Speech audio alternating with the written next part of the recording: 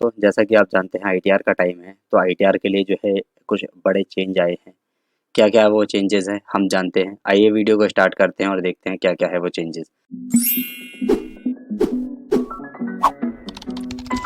सबसे पहला जो चेंज है, सबसे पहले चेंज है taxable interest in PF account. मतलब अगर आपका कंट्रीब्यूशन 2.5 लाख रुपए से ज़्यादा का होता है तो 2.5 लाख रुपए से ज़्यादा जो आपका कंट्रीब्यूशन होगा, एडिशनल कंट्रीब्यूशन पे आपको जो इंटरेस्ट मिलेगा पर टैक्स लगने वाला है। तो आपको जो है ये अपने आईटीआर में मैंडेटरी दिखाना होगा। अगला आता है इंफॉर्मेशन अबाउट बाइंग और सेलिंग आ प्रॉपर्टी। अगर आपने अप्रैल 1, 2021 से 31 मार्च 2022 के बीच में कोई भी प्रॉपर्टी सेल या परचेज करी है तो आपको अपनी आईटीआर में वो इन्फॉर्मेशन दिखानी जरूरी है।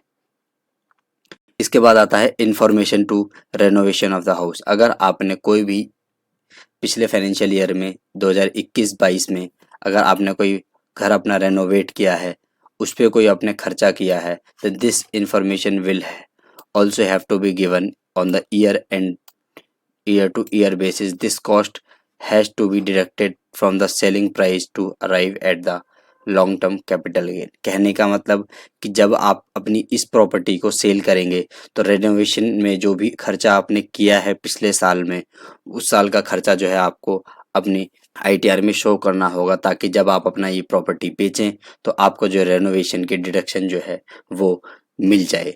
ठीक है। अगला आता है एक्चुअल कॉस्ट ऑफ प्रोजेक्ट।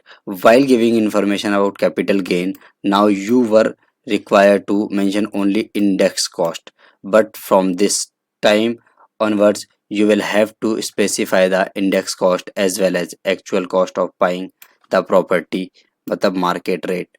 अब पहले क्या होता था, पहले जो है इंडेक्स कॉस्ट के हिसाब से हम जो है अपनी प्रॉपर्टी के जो अमाउंट है वो शो कर देते थे, लेकिन अब ऐसा नहीं होगा। अब एक्चुअल सरकार को भी पता है कि जो प्रॉपर्टी की एक्चुअल मार्केट वैल्यू है वो ज़्यादा होती है और जो रजिस्ट्री में होती है वो कम होती है, तो आपको जो है दोनों ही जो वैल्यू है वो शो करनी होगी इंडेक्स कॉस्ट के साथ में। ठीक है। अगला आता है this information is also necessary for residential status. मतलब कि अगर आपका रेजिडेंशियल स्टेटस क्या है वो जो है आपको सेलेक्ट करना बहुत ही ज़रूरी है, जो कि आइडिया 2 और 3 में पूछा जाता है। ठीक है। और ये किसके लिए होता है, ये मोस्टली इंडिविजुअल या एचयूएफ के लिए होता है, जो कि आईटीआर 2 और 3 में पूछा जाएगा आपसे। अगला आता है information on tax avoidance on ESOP. मतलब कि आप जो है ईसॉप अगर आपको मिलते हैं तो उस पर आप क्या करते हैं कि अपनी इंफॉर्मेशन जो है आईटीआर में नहीं देते ईसॉप की, कि मेरे को ईसॉप मिले हैं।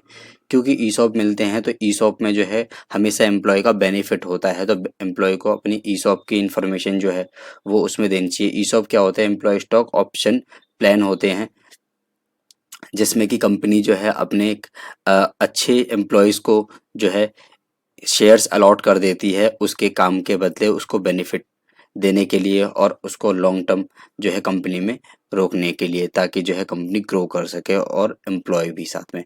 Property and income abroad. कहने का मतलब है कि आपके पास अगर कोई अब्रॉड में इनकम आती है अब्रॉड से, या फिर आपकी अब्रॉड में कोई प्रॉपर्टी है, तो आपको फॉर्म 2 और फॉर्म 3 उसके लिए यूज़ करें और अपने प्रॉपर्टी का और इनकम का जो है ब्यौरा उसमें ज़रूर दें, इंफॉर्मेशन ज़रूर दें। अगर कोई आप डिविडेंड और इंटरेस्ट भी अगर आपको उस प्रॉपर्टी से मिल रहा है, या कोई भी इनकम आपकी जनरेट हो रही है अब्रॉड से किसी भी तरीके की, तो वो आपको देनी ज़रूरी है। अगला है information on property sold outside the country. मतलब ऐसा नहीं है कि अगर आपने सिर्फ इंडिया में ही प्रॉपर्टी सोल्ड करी है तो आप जो है इनकम टैक्स को जो है बताएंगे कि हम मुझे कैपिटल गेन या कैपिटल लॉस हुआ है। अगर आप आउटसाइड इंडिया भी आप अगर अपनी प्रॉपर्टी सेल या परचेज करते हैं, आपको जो है इंफॉर्मेशन देनी होगी। Enhance category of pensioners. जिन्हें भी पेंशन मिलती है उन्हें क्या करना होगा, अपने आईटीआर फॉर्म में जो है सोर्स ऑफ पेंशन जो है वो सेलेक्ट करना होगा। कहते हैं कि आप अगर पेंशनर है तो वहाँ पर जो है आपको ऑप्शन दिए जाएंगे कि सीजी के पेंशनर हैं या एससी के। एससी मतलब स्टेट गवर्नमेंट का होगा, एसजी होना चाहिए, यहाँ पे गलती से एससी हो गया है।